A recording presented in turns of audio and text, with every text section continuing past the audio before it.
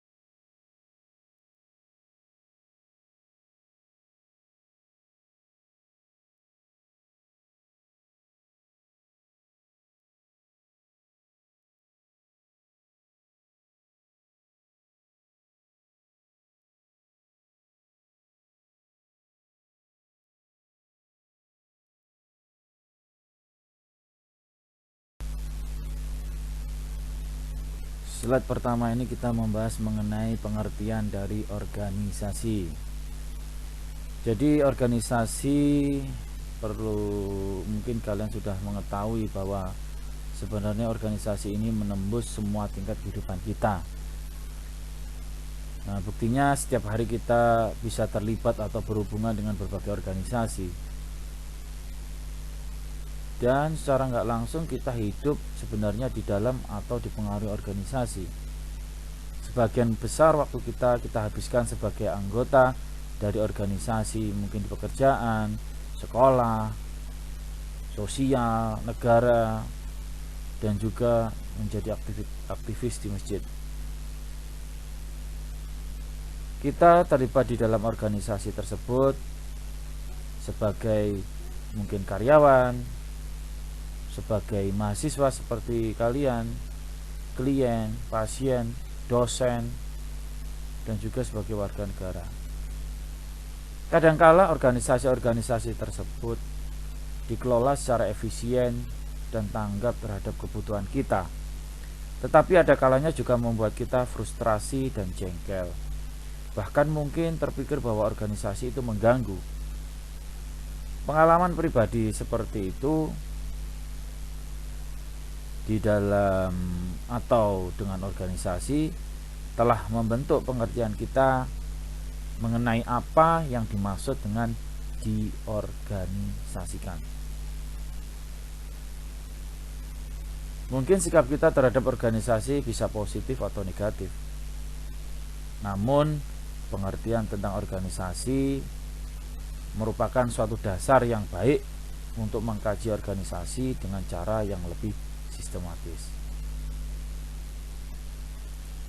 Apa sih pengertian dari organisasi? Pengertiannya adalah kesatuan yang memungkinkan masyarakat mencapai suatu tujuan yang tidak dapat dicapai individu secara perorangan. Orang mendirikan organisasi karena alasan bahwa organisasi dapat mencapai sesuatu yang tidak dapat kita capai secara perorangan. Jadi, apakah tujuannya untuk memperoleh suatu keuntungan, menyelenggarakan pendidikan, meningkatkan pelayanan kesehatan, dan lain-lain?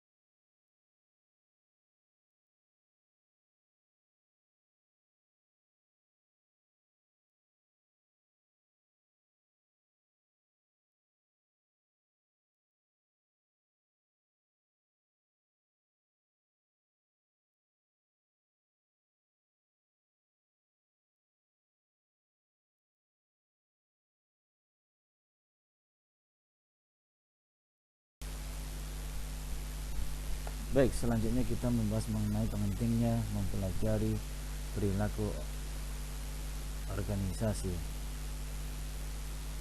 Oke, ada pertanyaan seperti ini. Mengapa individu atau kelompok yang satu lebih produktif dibandingkan dengan yang lainnya? Dan mengapa juga para manajer terus-menerus mencari cara merancang pekerjaan dan melimpahkan wewenang? Nah, pemahaman atas perilaku orang dalam organisasi telah menjadi semakin penting sebagai urusan manajemen. Seperti apa? Seperti produktivitas karyawan, kualitas kehidupan kerja, ketegangan mental, dan rintisan karir. Dan terus-menerus hal itu memenuhi halaman muka surat kabar, mungkin seperti itu. Nah, apa sih perilaku organisasi itu sendiri? Perilaku organisasi itu sendiri adalah penelaahan tentang individu dan kelompok dalam lingkungan organisasi. Bidang perilaku organisasi dapat didefinisikan sebagai penelaahan perilaku, sikap, dan prestasi manusia di dalam suatu kerangka organisasi. Penggunaan teori, metode, dan prinsip-prinsip dari berbagai disiplin ilmu seperti psikologi, sosiologi, dan antropologi budaya untuk mempelajari persepsi, nilai-nilai, kapasitas belajar, dan tindakan-tindakan individu ketika bekerja di dalam kelompok dan di dalam organisasi secara keseluruhan. Penganalisisan dampak lingkungan luar atas organisasi dan sumber daya manusia, misi, tujuan, dan strateginya. Pandangan tentang perilaku organisasi ini menggambarkan beberapa hal pokok. Pertama, perilaku organisasi adalah suatu cara berpikir, way of thinking. Perilaku dipandang sebagai bekerja pada tingkat individu, kelompok, dan organisasi. Pendekatan ini menyarankan, jika mempelajari perilaku, kita harus mengidentifikasi dengan jelas tingkat analisis yang dipakai. Apakah individu, kelompok, dan atau organisasi? Yang kedua, perilaku organisasi adalah suatu bidang interdisipliner. Ini artinya bahwa bidang itu memanfaatkan prinsip-prinsip, model, teori, dan metode disiplin ilmu yang telah ada. Studi tentang perilaku organisasi bukan merupakan suatu disiplin atau suatu ilmu yang diterima secara umum, karena mempunyai suatu dasar teoritis yang tidak bisa dipungkiri. Inilah bidang yang kehadiran dan dampaknya baru sekarang mulai tumbuh dan berkembang. Ketiga, di dalam perilaku organisasi terdapat suatu orientasi humanistik yang nyata. Orang berikut sikap, persepsi, kapasitas belajar, perasaan, dan tujuannya merupakan hal-hal yang pokok. Yang keempat, bidang perilaku organisasi berorientasi pada prestasi. Mengapa prestasinya rendah atau tinggi? Bagaimana prestasi itu dapat ditingkatkan?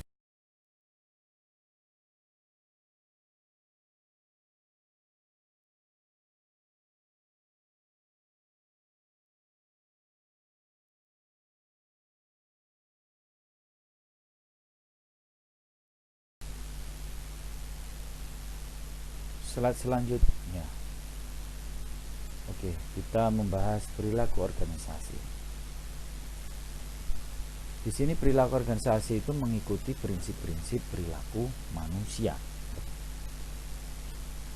Keefektifan setiap organisasi itu sangat dipengaruhi oleh perilaku manusianya. Orang adalah sumber daya yang umum bagi semua organisasi. Tidak ada organisasi tanpa orang. Satu prinsip yang penting dalam psikologi ialah bahwa setiap orang berbeda-beda. Setiap orang mempunyai keunikan persepsi, kepribadian dan pengalaman hidup, perbedaan sikap, keyakinan dan tingkat cita-cita. Agar efektif,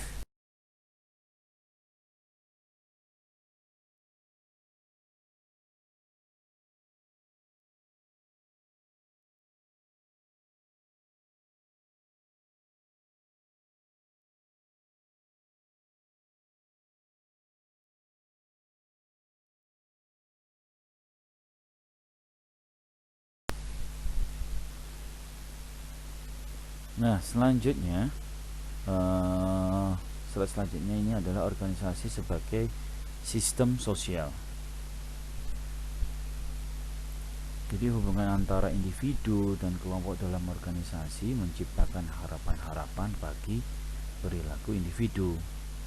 Harapan-harapan ini menghasilkan peranan-peranan tertentu yang harus dimainkan. Sebagian orang harus memainkan peranan sebagai pemimpin, sementara yang lainnya memainkan peranan sebagai pengikut. Jadi ada ketua, juga ada anggota, ada manajer, ada bawahan, ada supervisor. Nah, manajer tingkat menengah harus memainkan kedua peranan itu, karena ia mempunyai seorang atasan dan bawahan seperti supervisor nih. Jadi kalau supervisor itu dia punya atasan manajer dan dia punya juga bawahan. Nah, organisasi mempunyai sistem wewenang, status dan kekuasaan, dan orang-orang di dalam organisasi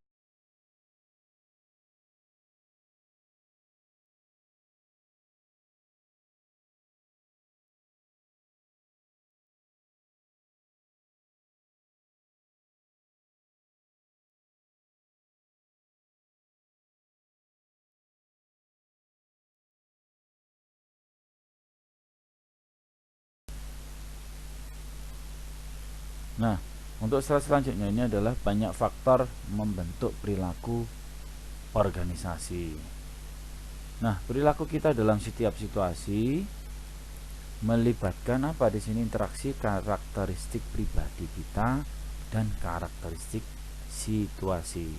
Jadi untuk mengidentifikasi semua faktor itu memakan waktu dan sulit, sering tidak mungkin.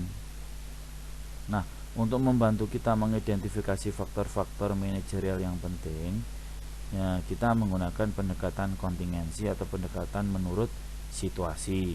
Nah, dasar pemikiran dari pendekatan kontingensi ialah bahwa tidak ada satu cara terbaik dalam memimpin.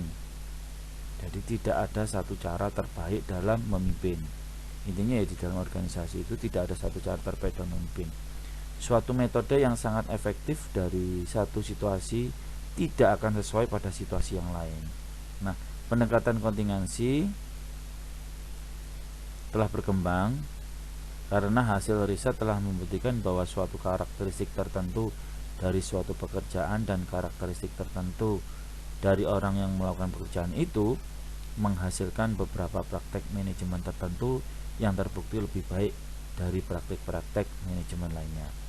Jadi jika dihadapkan kepada suatu masalah,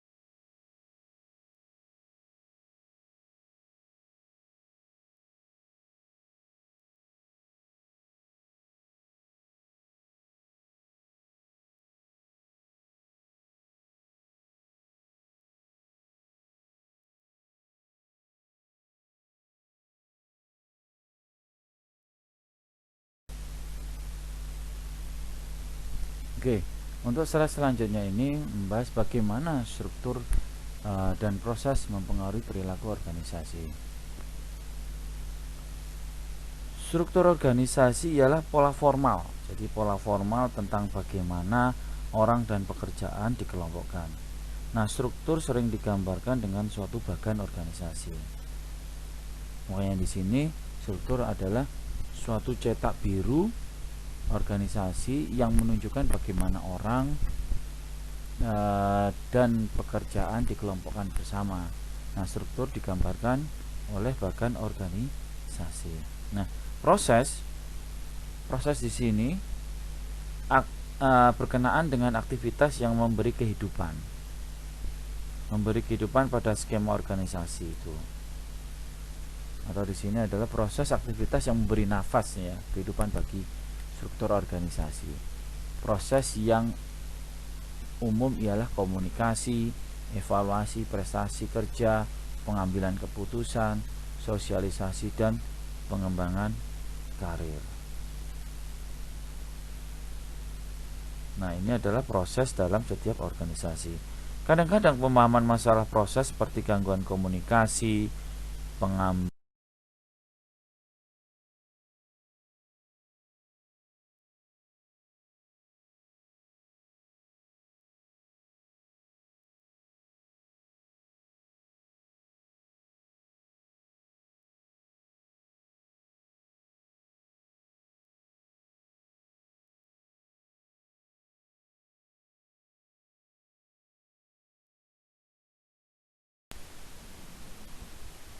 Oke, slide selanjutnya kita akan membahas mengenai lingkungan organisasi. Jadi di sini organisasi ada di tengah-tengah masyarakat dan diciptakan oleh masyarakat. Dan di dalam suatu masyarakat banyak faktor yang mempengaruhi organisasi dan manajemen harus bersikap tanggap terhadap faktor-faktor itu tentunya. Jadi kebutuhan para pelanggan atau kliennya, kendala hukuman dan politis, mungkin serta perubahan ekonomi, teknologi dan pembangunan. Jadi ini setiap organisasi harus tanggap. Jadi seperti itu ya untuk mengenai pembahasan lingkungan organisasi. Baik, selanjutnya kita akan membahas mengenai perilaku dalam organisasi, dalam ini individu. Dan ini di sini dibagi lagi menjadi 4 pembahasannya. Pertama adalah karakteristik individu atau individual karakteristik, motivasi individu atau individual motivation, dan imbalan atau rewards, dan yang terakhir adalah stres atau ketegangan mental. Oke, akan saya jelaskan satu persatu. Pertama adalah karakteristik individu atau individual karakteristik. Jadi untuk yang pembahasan mengenai karakteristik individu di sini, bahwa mengingat prestasi organisasi di sini adalah tergantung atas prestasi individu.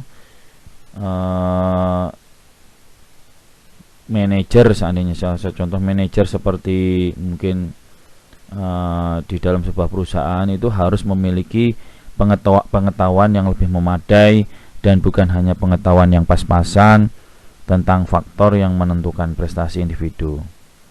Jadi psikologi dan psikologi sosial itu menyumbang pengetahuan yang sangat besar berkenaan dengan hubungan antara sikap, persepsi, kepribadian, nilai-nilai, dan prestasi individu.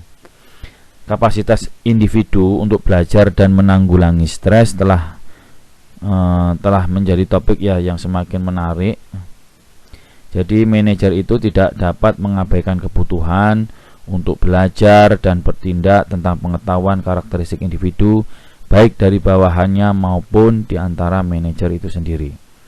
Dan selanjutnya ini mengenai motivasi individu atau individual motivation. Nah, motivasi dan kemampuan bekerja itu mempengaruhi prestasi kerja.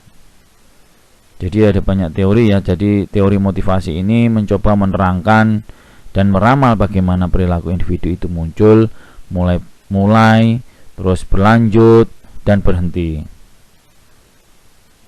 Jadi contohnya, jadi tidak semua manajer dan sarjana perilaku setuju tentang teori motivasi terbaik.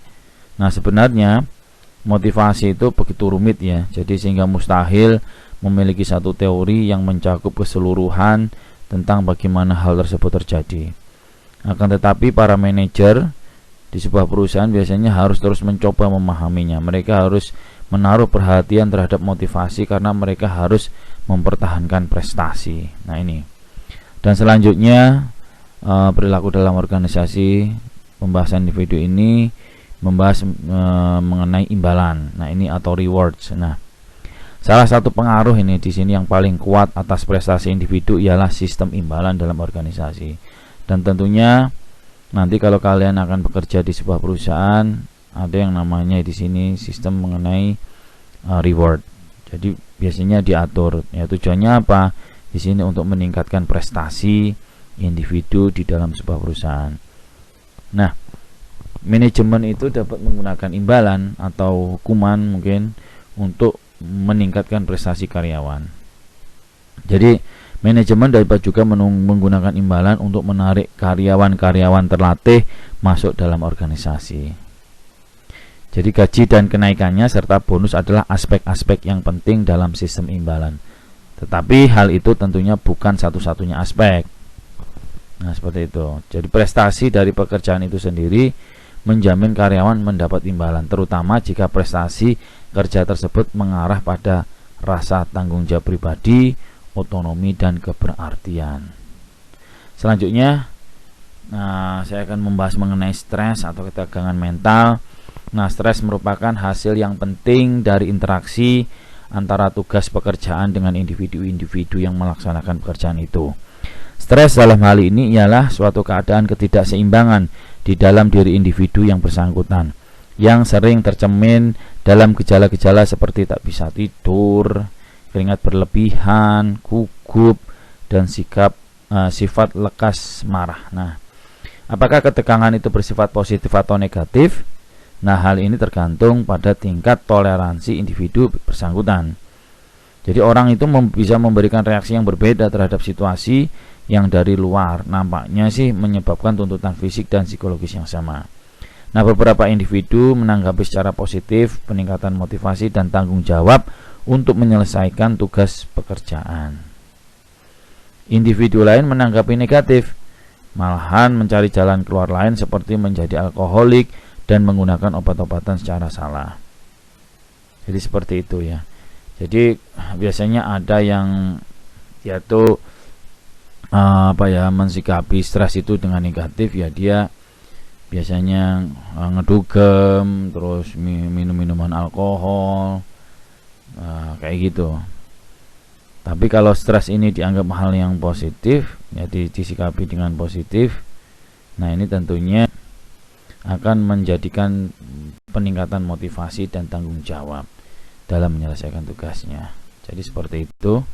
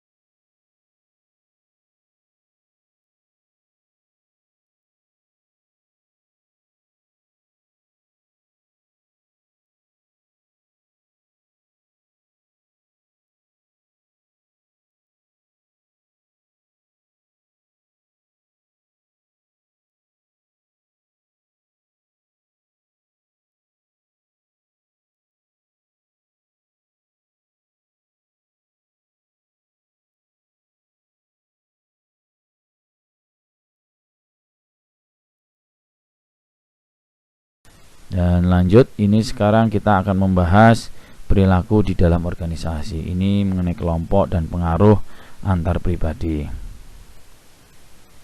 Jadi perilaku kelompok dan pengaruh antar pribadi adalah juga kekuatan yang sangat besar pengaruhnya atas prestasi organisasi.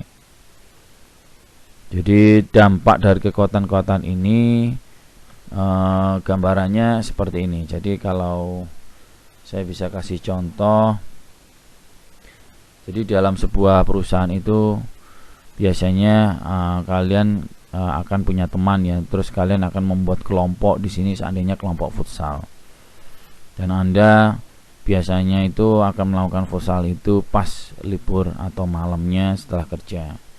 Bisa seminggu 2 kali, atau seminggu 3 kali, atau seminggu sekali. Nah, kalian itu akan bermain futsal setelah biasanya jam-jam pulang kantor. Nah, ada mungkin salah satu teman kalian yang dia karirnya meningkat sehingga dia diangkat menjadi manajer di sebuah perusahaan. Nah, karena kesibukan itu tadi, kesibukan sering rapat, pelatihan dan lain-lain, karena dia sudah meningkat jabatannya menjadi manajer, akhirnya kelompok kelompok futsal yang sudah lama kebentuk itu ya akhirnya karena menjadi manajer itu akan jarang bergabung dengan mereka. Nah, seperti itu. Jadi ya dengan adanya meningkatnya jabatan menjadi manajer, otomatis ya tidak menyangka bahwa menjadi bagian dari tim manajemen itu dapat menyebabkan banyak perbedaan. Jadi gitu, akhirnya ya benar-benar berbeda. Jadi dia harus menghadapi masalah-masalah yang tidak pernah mungkin diketahui sebelumnya. Jadi teman kalian yang tadi itu menjadi manajer, ia menjadi anggota lebih dari satu kelompok tentunya. Selain menjadi anggota kelompok futsal tadi, dan ia juga menjadi anggota tim manajemen. Nah, hal itu bahwa perilaku kelompok dan harapan-harapannya itu mempunyai dampak yang kuat atas perilaku individu dan pengaruh antar pribadi. Seperti itu gambarannya. Nah, pengembangan dari itu tadi, jadi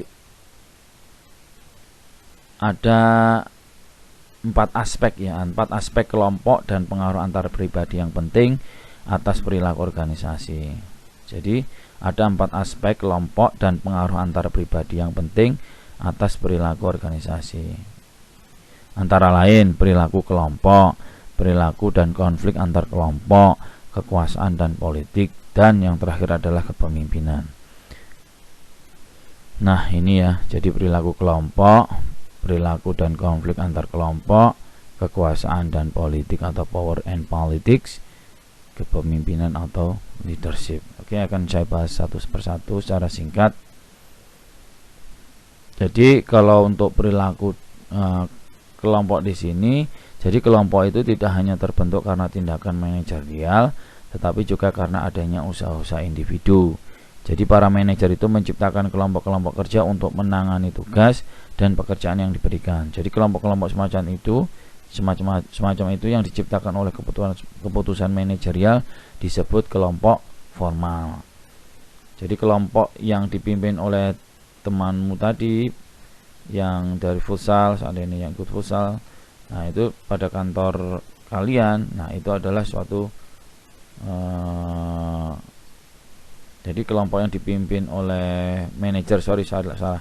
Jadi kelompok manajemen lah, kelompok manajemen yang tadi diangkat sebagai manajer itu adalah kelompok formal. Nah, kelompok juga terbentuk sih sebagai konsekuensi dari tindakan para pegawai.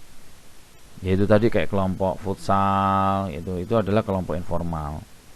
Itu yang terbentuk apa? Karena kepentingan yang sama dan pergaulan. Nah, ini namanya adalah kelompok informal. Nah, selanjutnya untuk perilaku dan konflik antar kelompok.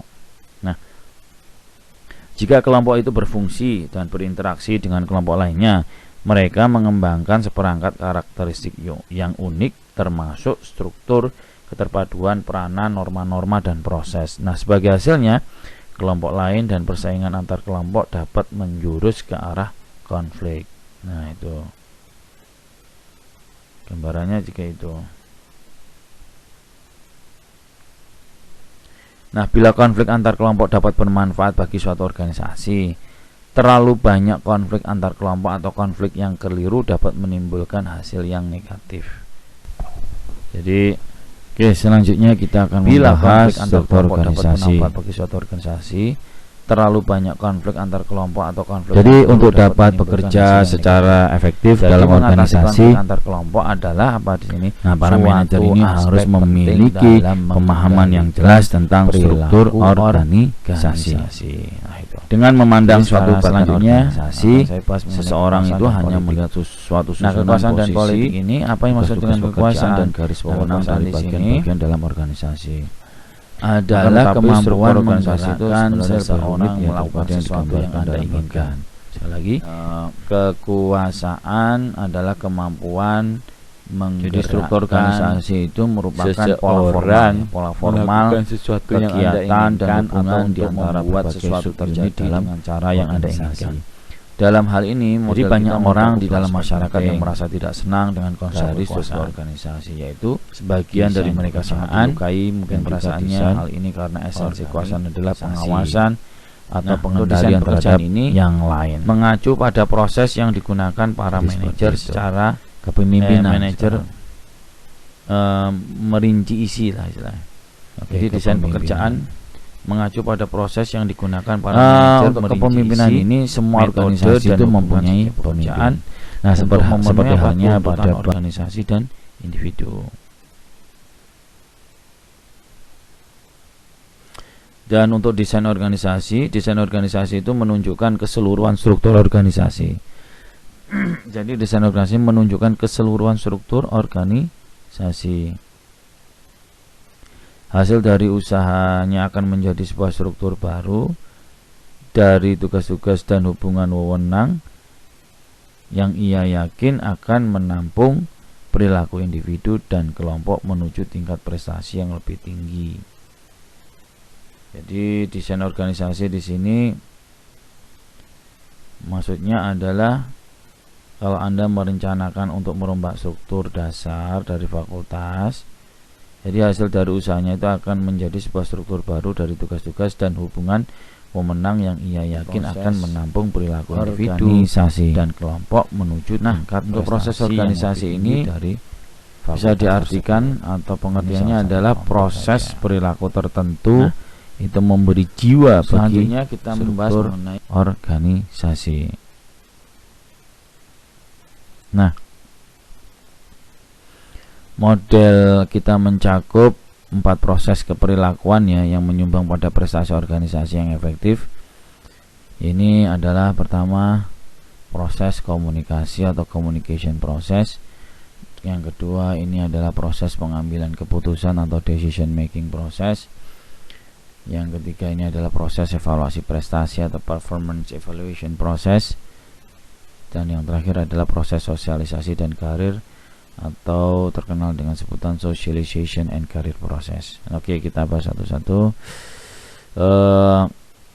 Jadi proses komunikasi ini bisa diartikan nih kelangsungan hidup organisasi ini berkaitan dengan kemampuan manajemen untuk menerima, menyampaikan dan melaksanakan komunikasi. Dan proses komunikasi itu menghubungkan organisasi dengan lingkungannya termasuk bagian-bagiannya. Informasi mengalir ke dan dari organisasi itu, termasuk di dalam organisasi itu sendiri. Informasi mengintegrasikan kegiatan intern organisasi. Nah, masalah yang sering dialami muncul itu karena informasi yang datang dari organisasi itu berbeda dengan informasi yang mengalir di dalam organisasi itu. Dan selanjutnya adalah proses pengambilan keputusan atau decision making process. Jadi masalah pengambilan keputusan dalam suatu organisasi itu tergantung pada tujuan yang tepat dan pengidentifikasian sarana untuk mencapai tujuan itu. Dengan pengintegrasian faktor-faktor perilaku dan struktur secara baik, manajemen dapat meningkatkan kemungkinan membuat keputusan yang berkualitas tinggi.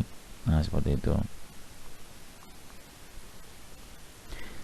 Organisasi itu mengandalkan keputusan-keputusan individu sebagaimana halnya keputusan kelompok, dan manajemen yang efektif memerlukan adanya pengetahuan tentang kedua corak tersebut. Saya ulang lagi, untuk proses pengambilan keputusan ini, bahwa masalah ini dalam suatu organisasi tergantung pada tujuan yang tepat dan pengidentifikasian sarana untuk mencapai tujuan tersebut. Jadi seperti itu. Oke, selanjutnya kita membahas mengenai proses evaluasi. Para manajer itu harus mengevaluasi prestasi individu dan kelompok dalam organisasi itu. Oke, ulang lagi, para manajer harus mengevaluasi prestasi individu dan kelompok di dalam organisasi itu.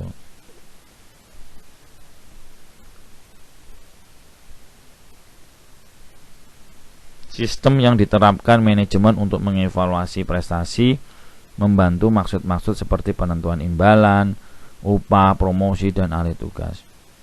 Nah, identifikasi kebutuhan akan pelatihan, penyediaan balikan bagi para pegawai, banyak metode yang dapat dimanfaatkan untuk mengevaluasi prestasi sehingga merupakan tantangan bagi manajemen untuk memilih yang cocok tentunya. Dan selanjutnya adalah proses sosialisasi dan karir, socialization and career process, bahwa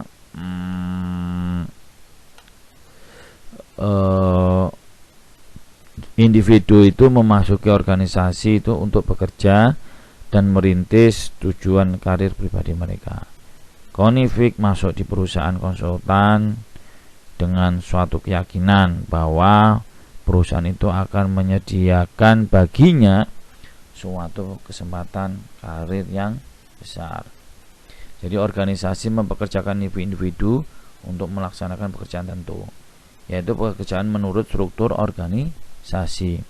Jadi kepentingan individu dan organisasi serta tujuannya harus disesuaikan jika keduanya ingin efektif. Ya, seperti itu. Jadi proses penyadaran individu akan harapan organisasi disebut sosialisasi.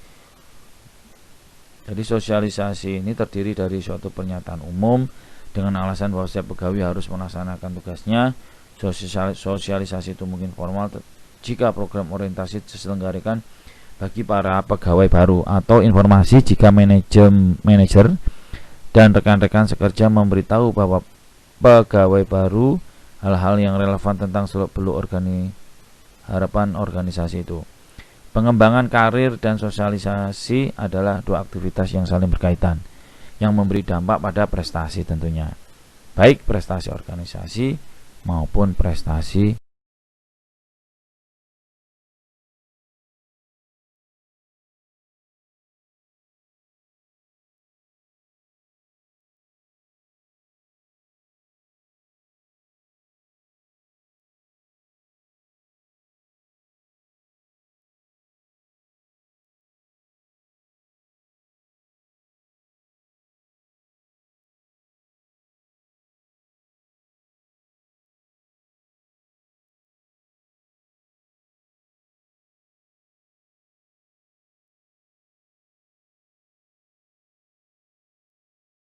individu. Nah, selanjutnya, untuk slide selanjutnya ini kita akan membahas prestasi ya. Jadi bisa individu, kelompok, dan organisasi. Nah, jadi prestasi individu ini menjadi bagian dari prestasi kelompok. Nah, ini. Jadi yang pada gilirannya dan perubahan organisasi. Perubahan organisasi adalah usaha yang di dalam organisasi manajemen untuk menghasilkan prestasi keseluruhan individu, kelompok, dan organisasi dengan yaitu keseluruhan yang lebih besar dari sekedar penjumlahan bagian-bagian itu. Nah, ini mengenai pengembangan. Tidak ada satu ukuran atau kriteria yang memadai yang dapat mencerminkan prestasi sesuatu tingkatan. Jadi seperti itu.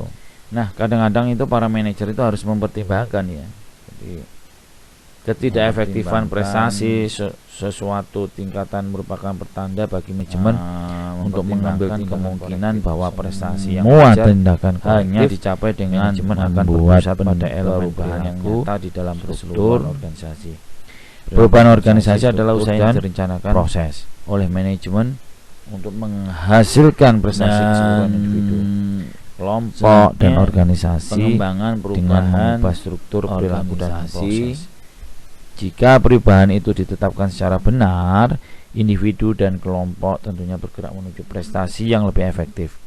Usaha-usaha yang diselenggarakan dengan persetujuan bersama, direncanakan dan dievaluasi untuk meningkatkan prestasi mempunyai peluang yang besar untuk berhasil. Oke.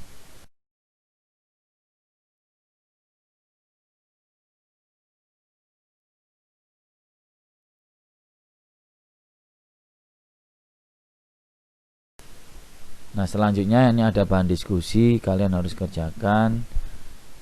Nanti akan ada pertanyaan di form yang kalian bisa isi. Pertanyaan pertama, apakah Anda percaya bahwa organisasi menembus kehidupan saudara?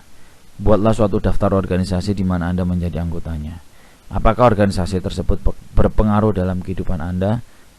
Tuliskan dan diskusikan pengaruh tersebut. Oke, untuk pertanyaan yang kedua sebagai bahan diskusi. Untuk yang kedua, di masa sekarang ini jika kita berhubungan dengan organisasi, kita sering dihadapkan dengan masalah-masalah birokrasi, ketidakefisienan dan ketidakefektifan organisasi. Sedangkan salah satu tujuan manajemen adalah tercapainya suatu organisasi yang efisien dan efektif. Apa sebenarnya yang terjadi? Oke. Selanjutnya, bahan diskusi selanjutnya adalah bagaimana sikap dan perasaan Anda tentang organisasi. Apa yang coba bahas hubungan antara prestasi individu, prestasi kelompok, dan prestasi organisasi saudara, sehingga slide demi slide akhirnya berakhir juga. Kurang lebihnya saya mohon maaf. Wassalamualaikum warahmatullahi wabarakatuh.